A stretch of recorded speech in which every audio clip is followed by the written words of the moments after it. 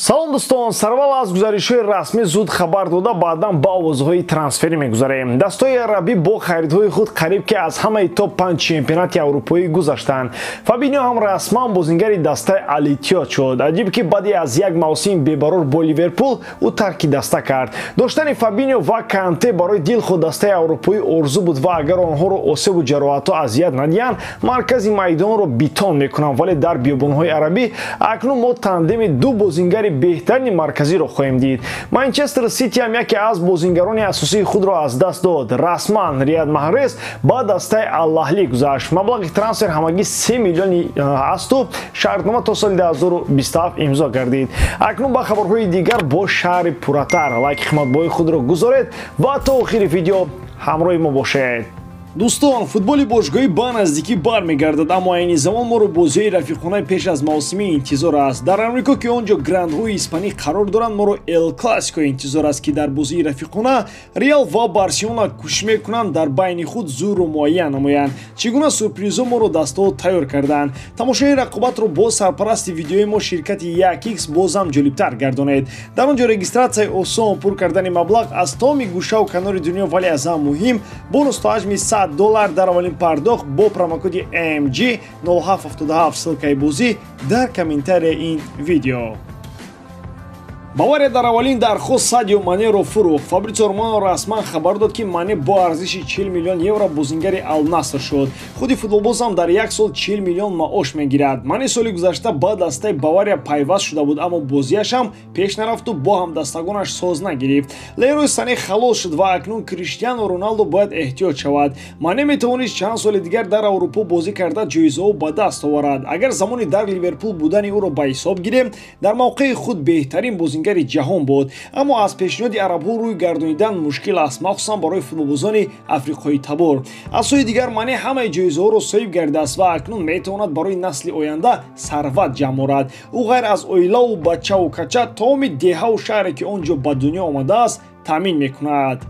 Акнун тасаввур кунед ки дар як даста Криштиану Роналдо аз тарафи чап ва Садио Мане аз канори муқобил бозӣ хоҳанд кард. Баъди трансферҳои зиёд имконияти дастаҳои Саудиро кадом як маркази тадқиқотӣ баргузорӣ карда буд ки дар он Ал-Иттиҳод фаворит дониста мешуд. Он ҷо Карим Бензима ва Нголо Канте ҳастанд. Бо омадани Мане ба дастаи Ал-Наср ман фикр мекунам вазъият тағйир ёфт, аммо дар бозиҳои охири санҷишӣ ва ҷоми Арабистон дастаи Криштиану Роналдо ва худи бозингари Португалӣ натиҷаи хуб надорад. Ба андешаи шумо оё дастаи Ал-Наср дар мавсими худ бо трансферҳои бузург метавонад чемпион шавад? Андешаҳои худро дар комментария нависед. Ин барои мо хеле муҳим аст.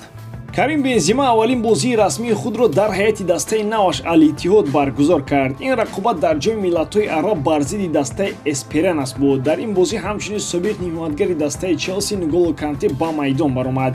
Гапи асосие ки аз ин рақобат мо мехоҳем ба маълумоти шумо расонем, Ҳоҷи Карим гол заду асист кард. Ба Мессию Роналдо дар он тарафи дунё ҳам бошад таваҷҷӯҳ мекунему чаро ба ҳаёту фаъолияти баррандаи феълии туби тиллоӣ бефарқ бошем. Аз бозии дебютии Бензима як-ду рӯз гузашта бошад ҳам мехоҳам сухани хуб дар бораи ин гуфта бошам. Дар бозии якуми Бензима дастаи рақиб аввал шуда ба задани гол мушарраф шуд. Онҳо дар ҳисоб пешсаф гардида тавонистанд чанд ҳамлаи дигари хеле хубро созмон бидиҳанд. Футболбози фаронсавӣ мақоми лидерии дастаро ба пуррагӣ ба дасти худ гирифта бозиро пеш бурд. Ӯ сараввал дар нимаи якум тавонист ба ҳамдастаи худ асист намуда ҳисоб баробар шуд. Дар ин ҳолат Карим ду бозингаро бо як фиреб аз сари роҳаш дур кард. Ӯ собит намуд ки то ҳол дар ҳолати хеле хуби варзишӣ қарор дорад. Пас он дар қисми дуввум Карим бо амалҳояш ҳамаи мухлисонро ба ёди рӯзои Мадрид бурд. Ӯ тӯбро гирифт, бо амалҳои фиребои худ рақибонро дар ғафлат монду голи хеле зеборо ба ҳадаф расонд. Карим то ҳол дар формаи беҳтарини варзишӣ қарор дорад. Бозингари хатти ҳамла дар дастаи Ал-Иттиҳод аз бозии якум маълум кард ки лидери асосӣ дар ин тим маҳз ӯ хоҳад буд ва ин мақомро ба ҳеҷ кас намедиҳад. Дорондаи туби тилло дар тамоми рафти бозӣ ҳамагонро ба пеш мехонд, рӯҳбаланд мекард ва боварӣ мебахшид.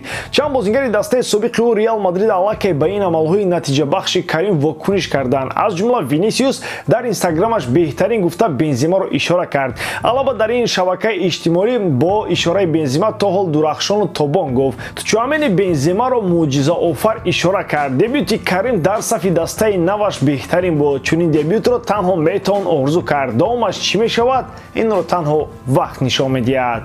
Дастаи Ал-Ҳилоли Арабистони Саудӣ бо эҳтимоли зиёд Марко Верратиро ба сафи худ мебарад. Гуфтушуниди ҷонибҳо дар ин масъала дар ҳоли рушд қарор доранд. Ҷонибҳо қисми бештари шартҳои ҳамдигарро қабул карданд. Дар масъалаи ҳуҷҷатгузориҳо чанд проблема сар зиданд ки онҳо дар наздиктарин фурсат ҳалли худро пайдо карда метавонанд. ПСЖ барои ин бозингар беш аз 30 миллион талаб мекунад. ҷониби Ал-Ҳилол бемушкилӣ омодааст то ин миқдор маблағро ба дастаи шаҳри Париж пардохт намояд. Барои ҳамин ҳам ҷиҳати молиявии масъала ягон мушкилиро ба пеш намеорад. Сухани асосиро худи футболбоз хоҳад гуфт. Тибқи хабарҳои охир, қаблан Марко Верратти ния дошт ки карьераи худро дар Аврупо идома диҳад. Аз кишвари Италия ба ӯ таваҷҷӯҳи бузург буд. Дастаи Интер ва Ювентус талабгорони асосии ин футболбоз гуфта мешуданд.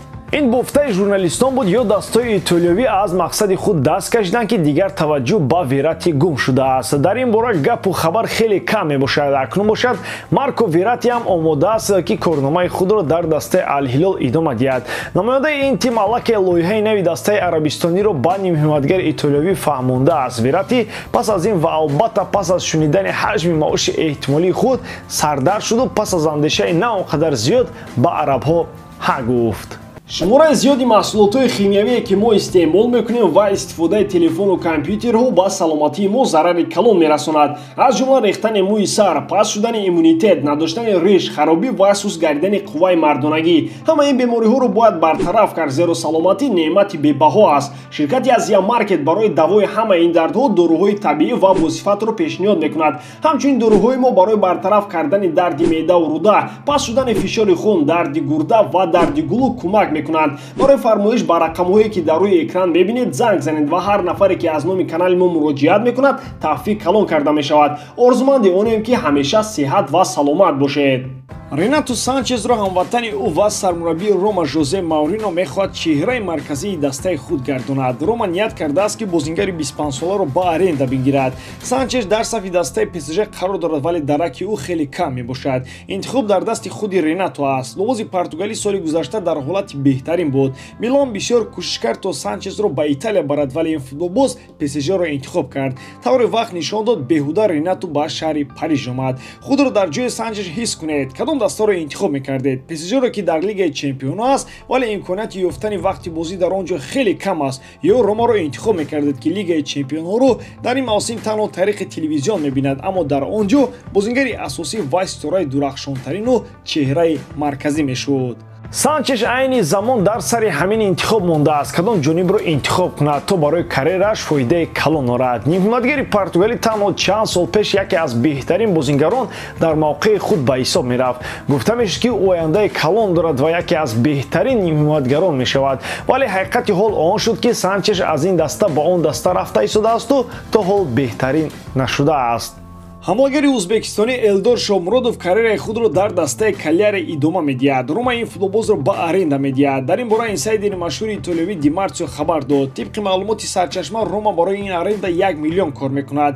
дар банди шартномаи ҳамлагари ӯзбек омадааст ки дастаи Кальяри дар сурати хоҳиши харидории ин бозингар метавонад ӯро бихарад. нархи фурӯши пурра ин футболбоз 9 миллион евроро ташкил хоҳад дод. қаблан Элдор дар дастаи Ҷеноа бозӣ мекард. пас аз он ки Маурино ба дастаи Рома омад, ин футболбоз ба шаҳри Рим бурда шуд ва аммо Шомуродов дар дастаи пойтахт бо Теми Абраҳам рақобатпазир шуда натавонист. Маурино дар хатти ҳуҷуми марказ бештар ба ҳамлагари англис бовар кард. ӯ ҳам дар навбати худ бозии хуб нишон дод. хулоси калон Шомуродов дар хатти ҳуҷуми римиҳо бозингари асосӣ нашуд. Рома ба ӯ умед надорад. аз ин рӯ ӯ дар фурӯш қарор дорад. саҳифаи нав дар карьераи Элдор ҳунарнамояш дар дастаи Кальяри хоҳад буд. ба ҳамин тамом боридарам ки эҷодкории ман ба шумо писанд меояд. лайк, комментария ва дар канал обуна шуданро аз ёд набароред. бо шумо мисли ҳар вақта Муҳаммад Гаиров хайбардорон дар паноҳи Аллоҳ.